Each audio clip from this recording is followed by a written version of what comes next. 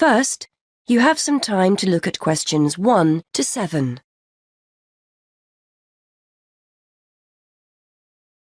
Good morning. I'd like to book a coach to London. I was hoping you had something available this Saturday afternoon. Good morning, sir. Take a seat and I'll just check for you. Yes, we still have several free seats for Saturday. Where will you be leaving from? There are 3 pickup points in town: Main Street, Centenary Square, or the Central Bus Station. From Centenary Square, please. That's easier for me to get to than the bus station. And what time would you like to leave? There are coaches on the hour every hour, from 12 through till 6 p.m. Well, I'm meeting someone at the station in London and I need to be there for 4:30. So, which one would you recommend? Well, there's one leaving at 1 that arrives at Victoria Station at 4:10, if that's any good. Traffic is usually quite light at the weekend and the drivers tend to make good time, so I think you'd certainly be there for 4:30. OK, that sounds just right. I think I'll take that. I can always phone ahead if I'm going to be late. And when are you returning, sir? Actually, I'm not sure when I'll be coming back, so I won't book a return ticket, just one way. I can always book you an open return if you'd like. You can use this at any time within the next month, as long as you contact us first to reserve a seat. Well, there's a chance I might be getting a lift back, you see, so I'll just pay for one way. I don't want to buy a return if I don't need it. OK, no problem. Are you travelling alone? Just the one ticket, please. I'm going down to visit my daughter at university. My son's meeting me at the station, so it's a proper family reunion. Very nice. OK, well, I can book that for you if you like, sir. That'll be £23.50. Now, I just need to take down some details. Can I have your name, please? Yes, it's Matthew Upton. That's U-P-T-O-N. And your address? 34 Allesley Road. Allesley, that's A-L-L-E-S-L-E-Y. And your telephone number? 01732 558 997. And your email address. We'll use this to send confirmation of your travel details. matt257@yahoo.co.uk. OK, thanks.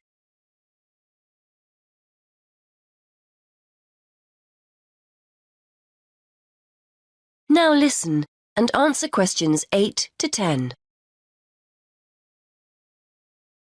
Before I forget, I'll be taking a little luggage. Is there a set luggage allowance? We offer a very good luggage allowance. You can take 2 suitcases as long as they're no more than 20 kilos each. That's 40 kilos in total, and 1 small item of hand luggage on the coach. Most people find that more than adequate. Any additional items carry an extra charge of £10 for each bag. I certainly won't be taking that much, so I should be okay. I was worried I might be taking too much. Would you like travel insurance included with your ticket? It's an additional £2. No, I don't think so. No problem. It's not compulsory. OK. How will you be paying? Actually, I've been having trouble with my debit card today, and I've left my chequebook at home, so I'd better pay in cash. You'll give me a receipt, won't you? Certainly, and we'll send confirmation to your email address as well. So that's £23.50, sir. If you just wait a minute, I'll print you off a receipt.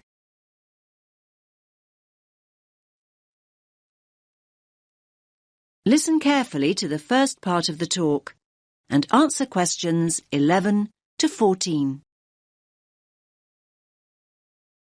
Good evening, everyone, and thanks for making it along. I know how busy you all are with term coming to an end. As you know, the aim of this meeting is to show you the plans we've got to add 2 new classrooms and how that will affect the playground.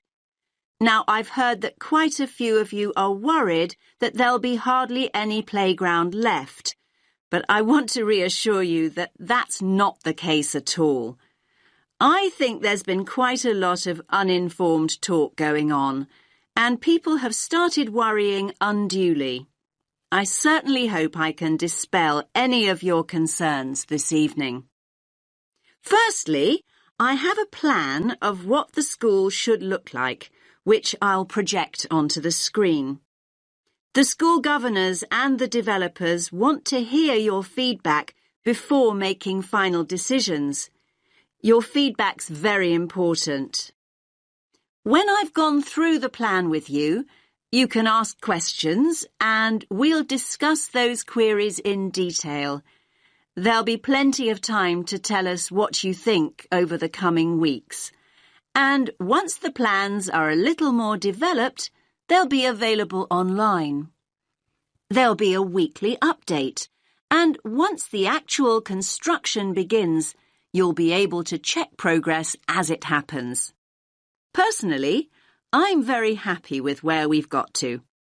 I knew we had to have the extra space, but I must admit I worried long and hard about what we might have to sacrifice for it. The developers have certainly convinced me that we've made the right decision.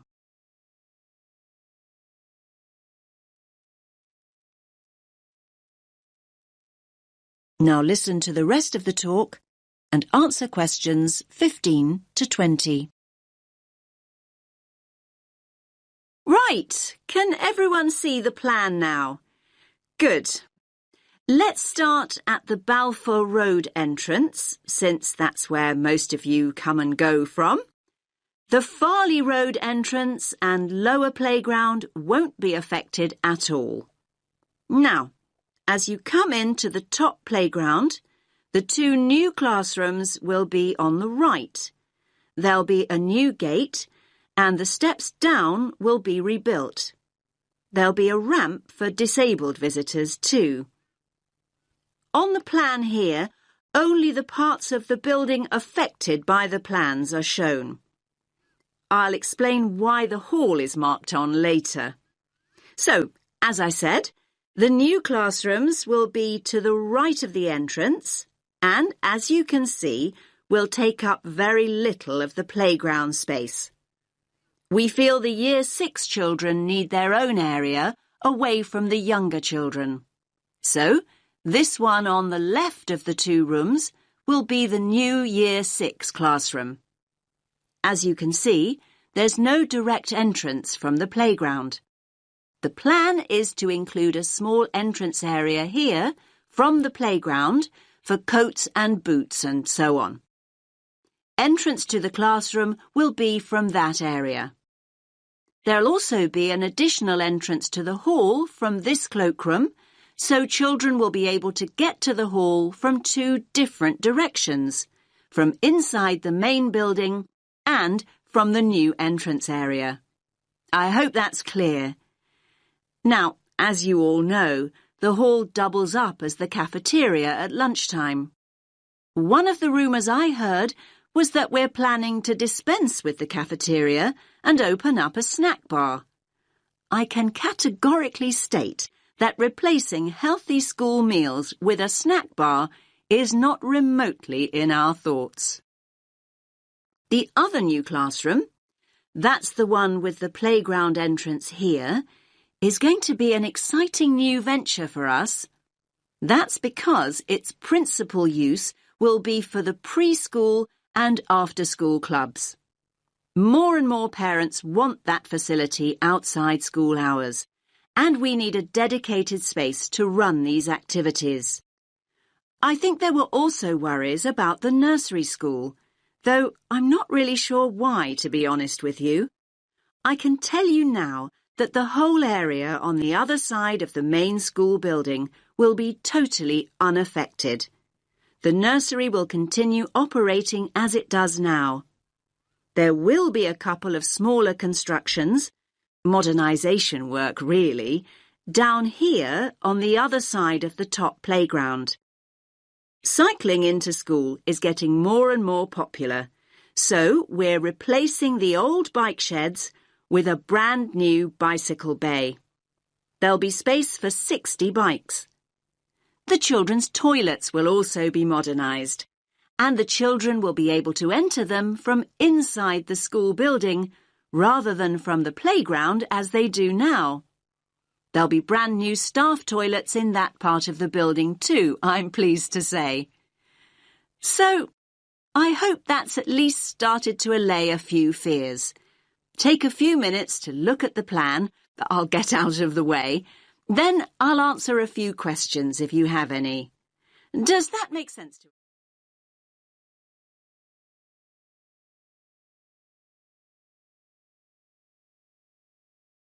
Now listen carefully and answer questions 21 to 27.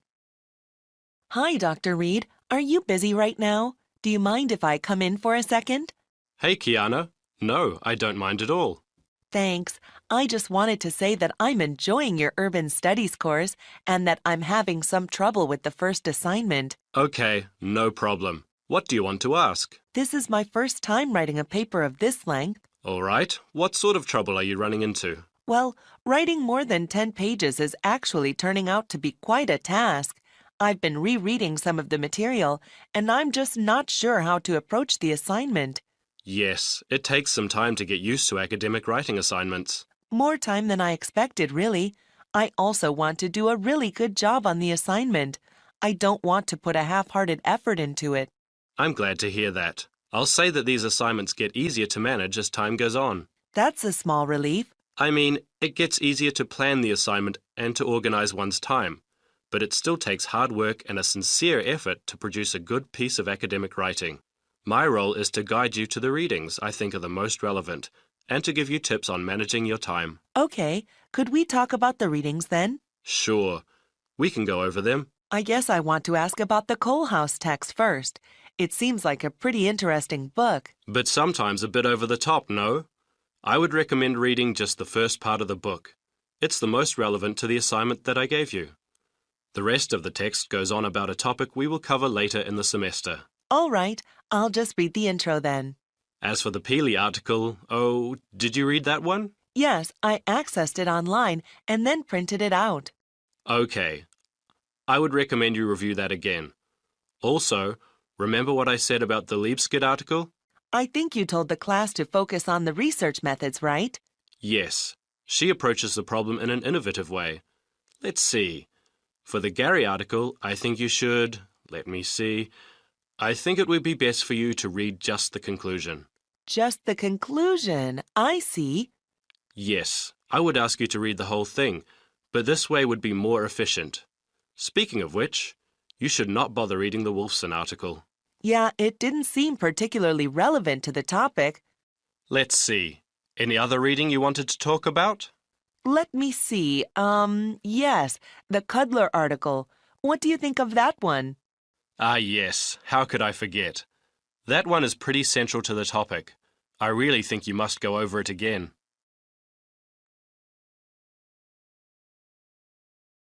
Now listen and answer questions 28 to 30. All right. Is there anything else you wanted to ask about? Yes, I wanted to ask about the line graph that you provided. It seems that the legend identifying the different parts is not there. Ah, it must not have been photocopied correctly. Here, let me explain them. They all represent percentages of the population in Manassas, okay? Line 1 here at the top is the percentage of people who were born in a foreign country. Born outside the country. Okay, and this one? The next line down, line 2 refers to the percentage of people with citizenship. All right, got it. Those making a middle-class wage are represented by the fifth line down. Okay, middle-class wage earners. And the line number 4? That is the percentage of people with a college education or higher. All right, and the one in the middle? That one is the percentage of population who are married and have children. Got it. Thank you so much, Dr. Reed. I really appreciate your help.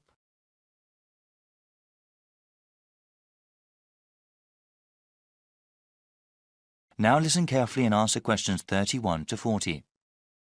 In this lecture series, we have been looking at the most pressing environmental issues that the world faces. One of those issues, global warming, has become very fashionable to talk about in the past decade. Though I'm not trying to diminish its importance as a problem, it must be understood that the effects of an increasingly warm planet will not be seen for many more decades. One problem affecting the lives of people right now is the scarcity of water. The need for fresh water will only increase as the world's population grows, especially in developing countries. In the future, changing weather patterns that come with global warming will only make the problem worse. People need water to drink, cook food, shower and wash clothes. Most of the planet is covered with water, but unfortunately only a tiny percentage of it is fit for human use. Of all the water in the world, less than 3% is fresh water. More than 2/3 of that remaining percentage is locked up in glaciers in Greenland, Antarctica and elsewhere, also unavailable for human use. The water vital for life comes from lakes, rivers, underground aquifers, rain and snow. This surface water, groundwater and precipitation is not disturbed equally across the Earth's surface.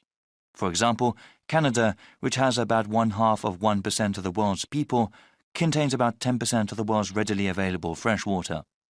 Brazil makes up about 3% of the world's population, but within its borders contain nearly 12% of the world's freshwater resources. As the economies of developing countries grow, the need for fresh water also grows. One example of this has to do with the production of meat. In some countries, the demand for beef increases when people earn more money. However, raising cattle is incredibly water-intensive, requiring about 15 tons of water for 1 kilogram of grain-fed beef.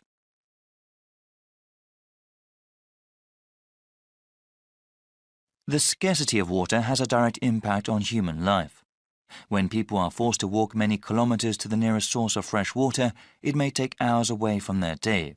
This, in turn, takes time away from school or from other productive work that helps the general economy. A number of solutions have been proposed to deal with the scarcity of water. Some of them are technological, like the construction of desalination plants. These plants convert brackish salty seawater into water fit for human use.